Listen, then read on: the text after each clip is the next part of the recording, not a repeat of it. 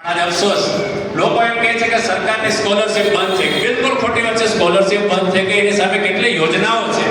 તમારા બાળકને ધોરણ 1 થી લઈને 8 સુધીની ફ્રી યોજનાઓ છે. જ્યાં મારી સ્કૂલ, મારી ઓફિસે અનેકના જ્યારથી આરટી એક ભર્યો ત્યારે તેલી સાહેબના સહકારથી લગભગ દર વર્ષે હું 100-150 ફોર્મ ભરું, એમાંથી 100 બાળકોને તો ફોર્મ કન્ફર્મ થાય છે અને બાળકને 1 થી 8 ધોરણ સુધી ફ્રીમાં અભ્યાસ કરાવે છે.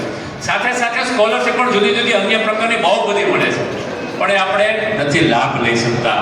એમાં અનેક મેં જોયું, મારા કાર્યક્રમથી જ મેં જોયું, કારણ કે લોકો સુધી આપણે મેસેજ પહોંચાડી નથી શકતા. હવે આ અવડો મોટો મારો કાર્યક્રમ છે તે હું છેલ્લા 5-6 મહિનાથી મહેનત કરતો હતો સાહેબ.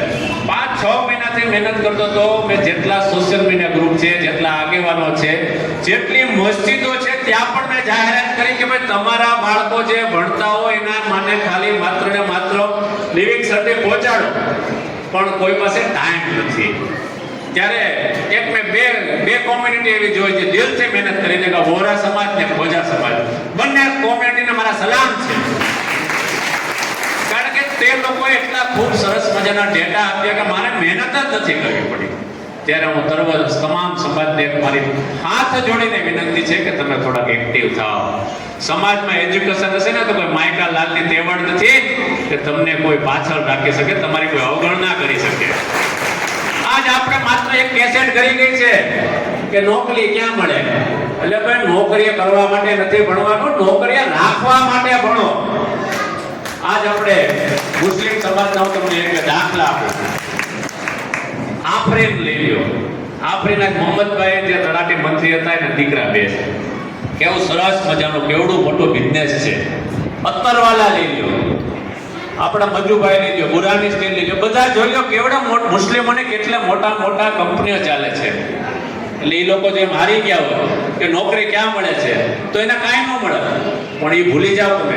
તમારામાં એજ્યુકેશન હશે, તમારામાં ક્વોલિફિકેશન હશે તો તમે એજ્યુકેશનમાં આગળ આવશો. તમે એજ્યુકેશનના મારફતથી તમને ધંધામાં ફાયદો થશે. તમે ધંધો રોજગાર કેમ કરો એ તમારામાં શીખ આવશે. એ ભૂલ તમે કાઢી નાખો કે ભણીને ખાલી આપણે નોકરી જ કરવાની છે, પણ તમે એવું અંદરથી તૈયાર કરો કે હું ભણી અને નોકરી મારે રાખવા છે.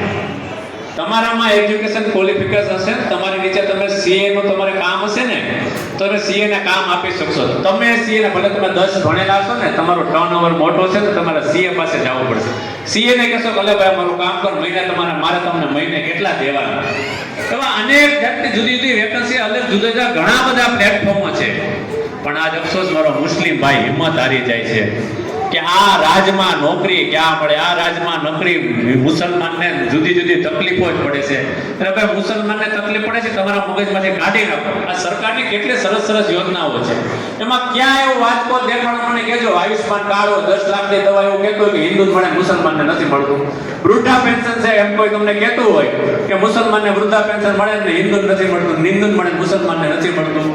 એક પણ યોજના એવી નથી જેમાં તમને મુસ્લિમોને બાદ કરતા હોય. એક પણ યોજના નથી જેમાં ખાલી હિન્દુઓને જ મળતી હોય. સરકારી યોજના તમે ઓનલાઈન ફોર્મ ભરો, મેરિટમાં આવો એટલે કોઈની માયકાલાલની તેવડ નથી કે તમને સરકારી યોજનાથી દૂર રાખે. પણ આજ આપણે હિંમત હારી જઈએ છીએ. આપણે મેન્ટાલિટી ખરાબ થઈ ગઈ છે, સુધારવાની જરૂર છે. આપણે અંદરથી ઇન્ટરનલી એટલું આપણે હોશિયાર થવાની જરૂર છે. આપણે અંદરથી એટલી આપણે હિંમત ભેગી કરવાની જરૂર છે. અને જેટલા આપણા સમાજમાં એજ્યુકેટેડ લોક છે તેને તમારે આપણા સમાજ, હું બીજું કોઈ નથી કહેતો, આપણા સમાજને સાઈડમાં રાખી દો.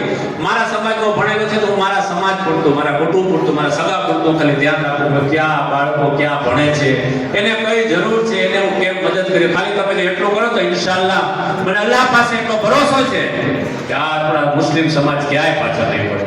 ફરીવાર હું આ અલ સહારા ટ્રસ્ટના કાર્યક્રમમાં જે મારા નિમંત્રણને માન આપી અને તમામ સંસ્થાઓ જે આવી, તમામ આગેવાનો આવ્યા, કે સર્વનો પહેલે દિલથી હું ખૂબ ખૂબ આભાર માનું છું.